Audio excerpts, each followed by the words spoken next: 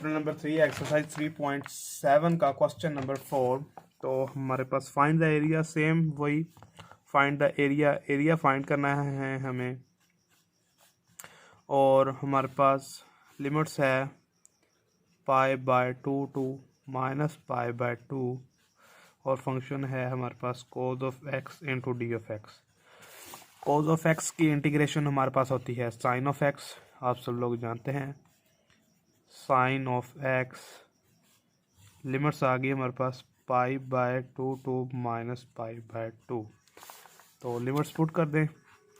Area is equal to sin π/2 minus sin -π/2।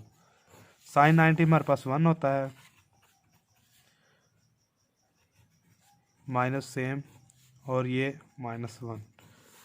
तो area is equal to 1 + 1, area is equal to 2 square. तो यही हमारा final answer है।